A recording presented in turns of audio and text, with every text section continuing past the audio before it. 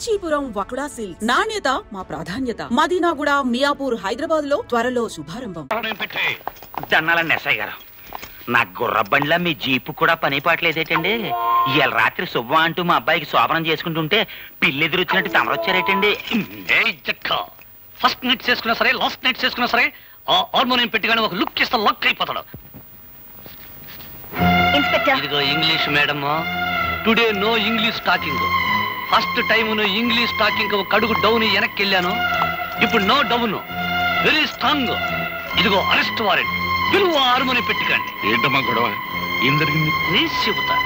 దుర్మార్గుడైన మీ అబ్బాయి పాపం పుణ్యం తెలియని పులిరాజు అనే వ్యక్తిని చంపి ఈ ఊరంతటికి సన్మార్గుడైన సూర్యచంద్రరావు ఇంట్లో పడేశాడు. కాబట్టి హంతకుడైన మీ సుపుత్రుని అరెస్ట్ చేయడానికి వారెంట్తో సహా వచ్చా. ఇన్స్పెక్టర్, నేనెవరిని హత్య చేయలేదు. అనవసరంగా నా మీదకి వచ్చిన రౌడీని చావగొట్టి వాడిని ఎవరైతే నా మీద ఉసుగొల్పారో వాళ్ళింటికే వెళ్లి వాళ్లకు కానుకగా ఇచ్చొచ్చాను.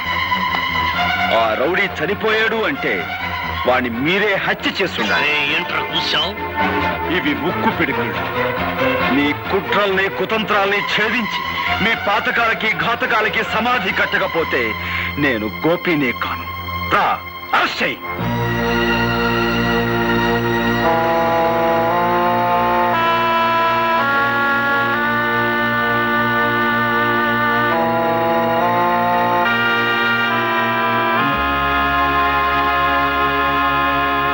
నీ భర్తను గురించి నువ్వు చెప్పిందంతా జాగ్రత్తగా విన్నానమ్మా. ఈ హత్య కేసులోంచి బయటపడాలి అని చెప్పేసంటే మీ తండ్రి సూర్యచంద్రరావు గాని ఎస్ఐ అసరే గాని ఈ హత్య మేమే చేసేయమని చెప్పేసి వాళ్ళ నోటితో వాళ్ళకే చెప్పించి తీరాలి, అంతే. చూడమ్మా, నువ్వు చాలా ఇంటెలిజెంట్లే కనపడుతున్నావు. వాళ్లే మర్డరర్స్ అని ఎలాగో అర్థమైంది కదా. అంచేత నువ్వు చిన్న ప్లాన్ వేసి వాళ్ళ చేత ఈ హంతకులను తామేనని ఒక్క ముక్క నిజం చెప్పించు. ఆ తర్వాత కోర్టులో నేను దుమ్ము దులిపేస్తాను.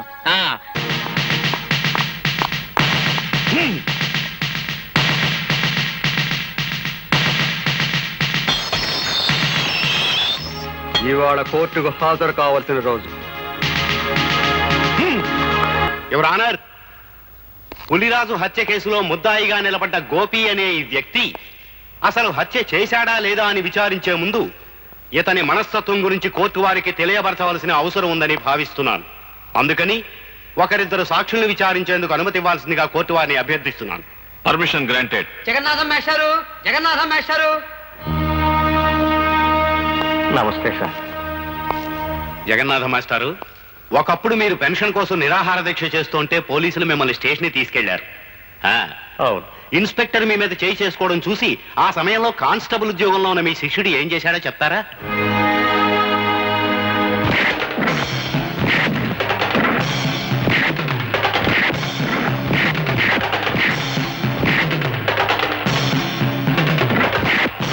న్యాయానికి ఆ రోజు అతను చేసిన పని. ఆల్ రైట్, మీరు చెప్పింది చాలు, ఇక మీరు వెళ్ళొచ్చు. యువర్ ఆనర్, గోపికి ఉద్యోగం వచ్చింది అదే రోజు ఉదయం. కానీ తన పై అధికారి మీద చేయి చేసుకుని ఆ సాయంత్రమే తన ఉద్యోగాన్ని పోగొట్టుకున్నాడు. Please note that point. Your honour, jailer దుర్గారావుని ప్రశ్నించేందుకు పర్మిషన్ కోరుకుంటున్నాను. గ్రాంటెడ్.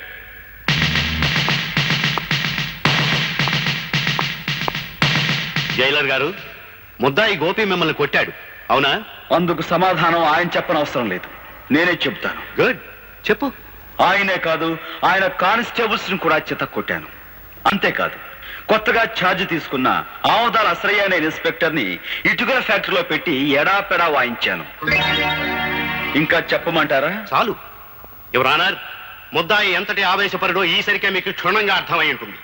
సరిగ్గా ఇలాంటి ఆవేశంతోనే పులిరాజుని కొట్టి కొట్టి మెడ మీద కాలేసి తొక్కి చంపి ఆ హత్యా నేరాన్ని సూర్యచంద్రరావు గారి మీద మోపడానికి పులిరాజు శవాన్ని సూర్యచంద్రరావు గారింట్లో పడేశాడు. అతను శవాన్ని మోసుకురావడం ఊరంతా చూసింది యువర్ ఆనర్.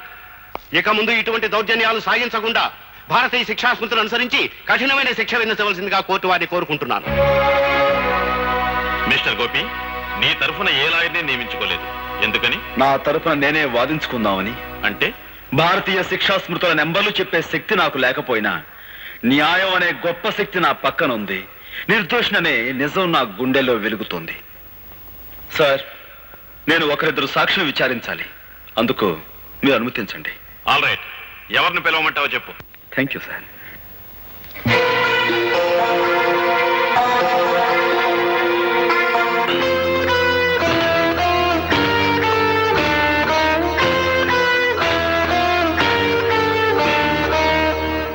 నువ్వేం ప్రశ్నించదలుచుకున్నావో ప్రశ్నించు. చూడండి సూర్యచంద్రరావు గారు, నేను ఆవేశపరునని తెలిసి మీ కూతుర్ని నాకెందుకు ఇచ్చారు? రామ రామ, నేను నీకు పిల్లనివ్వటం ఏంటయ్యా? ఊరంతా సోత్తండంగా నువ్వే దౌర్జన్యంగా నా కూతురు మెల్ల తాళి కట్టావు. ఆ సమయంలో ఊరంతా అక్కడికి రావాల్సిన అవసరం ఏమొచ్చింది? అవసరమే వచ్చిందా? నీకు బాగా బడితి పూజ చేయిద్దామని మేమే వాళ్ళు అక్కడికి రప్పించాం. Correct sir. అయ్య బాబు జడ్జి గారు, నా మీద ఏదో ఒకటి రాసేసుకోకండి. ఊరన్నాక కచ్చలు కార్పణ్యాలు విరోధాలు ఉండటం సహజం. అట్టయ్యే అతనికి నాకు విరోధం ఉంది. తప్ప అండి? థ్యాంక్స్ సూర్యచంద్రరావు గారు. నాకు మీకు విరోధం ఉందన్న సంగతి స్వయంగా మీరే అంగీకరించారు. ఇక మీరు వెళ్ళొచ్చు.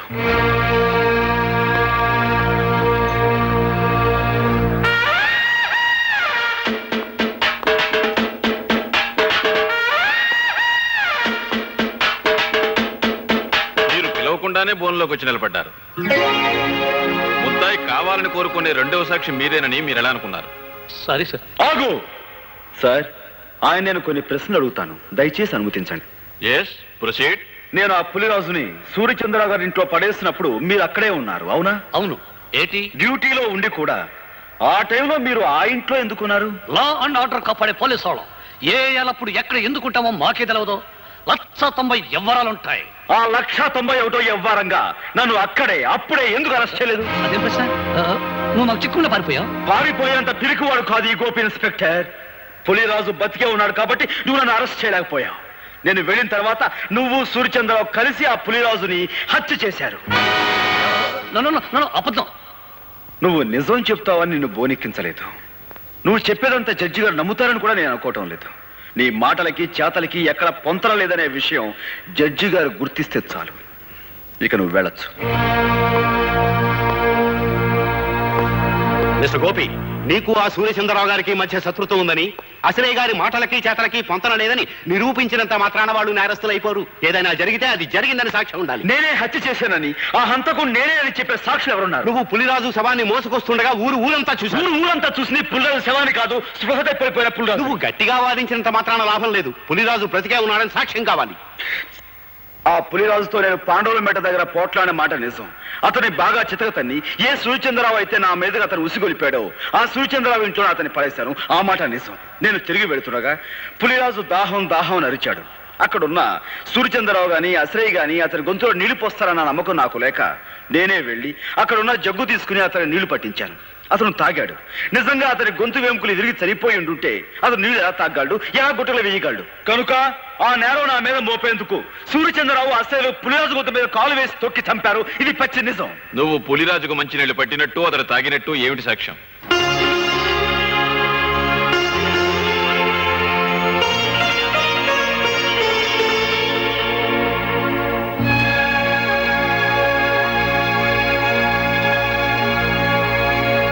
నువ్వు చెప్పేదానికి సాక్ష్యం ఏదైనా ఉంటే చెప్పు. ఆ ప్రత్యక్ష సాక్షి ప్రస్తుతం ఇక్కడ లేరు. దయచేసి మీరు నాకు 2 రోజులు గడువు ఇవ్వండి. ఈ 2 రోజుల్లో నేను సాక్షిని ప్రవేశపెట్టలేకపోతే ఆ పులిరాజును నేను చంపినట్లుగానే భావించి మీరు ఏ శిక్ష విధించినా సరే మీ ఇష్టం.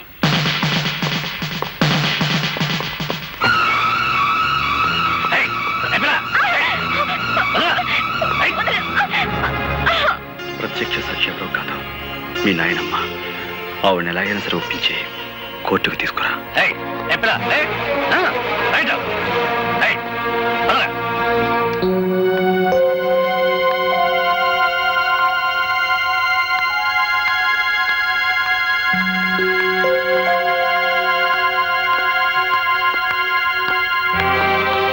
ఎవరమ్మాయి నువ్వు? గోపి గారి భార్యని. ఈ ఇంట్లోకి అడుగు పెట్టడం అంటే మంగళసూత్రాన్ని తెంపుకోవడానికి సిద్ధపడ్డట్టే లెక్క. ఈ ఇంట్లో చాలా మంగళసూత్రాలు తెంచబడ్డాయని తెలుసు. ఆ కీడు నాకు తగలకూడదనే మంగళ గౌరి వ్రతం చేసుకుంటున్నాను. ఆ వ్రతానికి ముత్తైదువులు పిలవడానికి వచ్చాను. ముత్తైదువులా? నీ వ్రతానికి రాదగ్గ ముత్తైదువులు ఎవరు ఈ ఇంట్లో లేరే? ముత్తైదువుగా పసుపు కుంకాలకి దూరమైన మమకారానికి మానవత్వానికి దూరం కాని పుణ్యాత్ములున్నారు. వాళ్ళు ముత్తైదుల కంటే గొప్పవాళ్ళు. నానమ్మా, ఇవాళ సాయంత్రం వ్రతం చేసుకుంటున్నాను. నువ్వు తప్పకుండా రావాలి.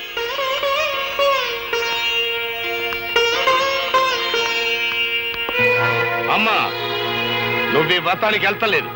వెళ్ళావు, కూతురుతో పాటు నా కన్న తల్లి కూడా చచ్చిపోయిందనుకోవాల్సి వస్తుంది.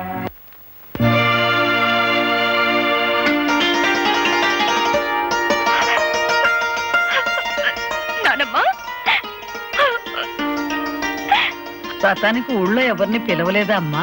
నువ్వొక్కదానివి దీవిస్తే ముక్కోటి దేవతలు దీవించినట్టు అవుతుందని నిన్ను తప్ప మరెవరిని పిలవలేదు నాన్నమ్మ. కంటికి కనపడిన గౌరీదేవి రాధమ్మను అనుగ్రహించినా అనుగ్రహించకపోయినా మీ గుండెల్లో పెట్టుకు పెంచిన మీ మనవరాల్ని మీరు దీవిస్తే చాలమ్మా. మా అమ్మగారు ఆశీర్వాదం తీసుకోమ్మా. నన్ను దీర్ఘ సుమంగళిగా ఆశీర్వదించున్నానమ్మా. ఏమ్మా దీవించాలని సందేహిస్తున్నారు? మీ మనవరాలు పసుపు కుంకాలతో పచ్చగా ఉండటం మీకు ఇష్టం లేదమ్మా? నా మనసుకైతే ఆ కోరిక ఉంది, కానీ నా దీవెనకి ఆ శక్తి లేదు బాబు. నానమ్మా, ఎందుకు లేదమ్మా, మా గోపి ఆవేశంతో కట్టిన తాళిని రాధమ్మ అజ్ఞానంతో తీసివేయబోయినప్పుడు మీరు అడ్డుకుని ఆపారు. తెగిపోయిన అనుబంధాన్ని తిరిగి గుర్తు చేస్తూ విడిపోయిన కుటుంబాలని మళ్లీ కలపాలనే ఉద్దేశంతో మీ మనవరాల్ని మీ ఇంటి నుంచి మా ఇంటికి పంపారు. ఇంతటి మహత్కార్యం చేయగలిగిన మీకు మీరు నిలబెట్టిన తాళిని కాపాడే శక్తే మీకు లేదంటారా? తల్లి తండ్రి లేని గోపి అబ్బాయిని మీరు దిక్కు మొక్కు లేకుండా వదిలేయటం వల్ల ఆ కర్ణుడు అనుభవించినంత దౌర్భాగ్యాన్ని మా గోపి అబ్బాయి కూడా అనుభవిస్తున్నాడమ్మా. అవునమ్మా, మీ కొడుకు మీ అల్లుణ్ణి నిర్దాక్షిణ్యంగా చంపాడని మీకు తెలుసు. గోపికి రావాల్సిన ఆస్తిని కాజేశాడని మీకు తెలుసు. అయినా ఈ నిజాన్ని మీరు ప్రపంచానికి చెప్పలేకపోయారు. గోపి ప్రాణభయంతో పరిగెత్తుకుంటూ వచ్చి నా పంచన చేరాడు. వాడు నా దగ్గర ఉంటే వాడి జీవితానికి న్యాయం జరిపిస్తాడనే ఆశతో కావాలని వాడి లాకెట్టు మీ దగ్గర తాకట్టు పెట్టాను. అయినా ఏనాడు వాడి యోగక్షేమాల గురించి మీరు విచారించలేదు, వాడిని చేరతీయలేదు. వాడు మాకు దేవుడిచ్చిన బిడ్డగానే భావించాం. వాడి ఆలనా పాలనా చూడడంలో మా ముగ్గురికి ఒక ఆనందం కనిపించింది. ఆ ఆనందంలోనే మాకు పెళ్లిళ్ళు కావాలని, మాకు బిడ్డలుండాలనే మాటే మర్చిపోయి ఇన్నేళ్లు గడిపేశాం. ఇంకో నిజం కూడా మీకు చెప్పాలమ్మా. చిన్నప్పటి నుంచి గోపి అబ్బాయికి తనెవరో, తనకి జరిగిన అన్యాయం ఏంటో, తనకు రావాల్సిన ఆస్తిని ఎవరు అనుభవిస్తున్నారో అంతా తెలుసమ్మా. అయినా ఏనాడు వాటి గురించి ఆశపడలేదు, బాధపడలేదు. మరంత గొప్ప మనిషికి ఉత్తి పుణ్యానికి ఉరిశిచ్చపడితే మీ మనవరాలు విధవరాలైపోద్ది. అప్పుడి రాధమ్మ తల్లి పసుపు కుంకాలు ఎలా సరిపోయాలో, తాళిబొట్టు ఎలా తెంచాలో బ్రహ్మచార్యత్వం మాకు తెలియదమ్మా. ఆ తతంగం అంతా మీరే దగ్గరుండి జరిపించాలి. వీళ్ళ నుంచి మానవత్వాన్ని నేర్చుకున్న మనిషిగా రేపు నేను కోర్టులో చెప్పబోయే నిజమే ఈ మాంగళ్యాన్ని నిలబెడుతుందమ్మా.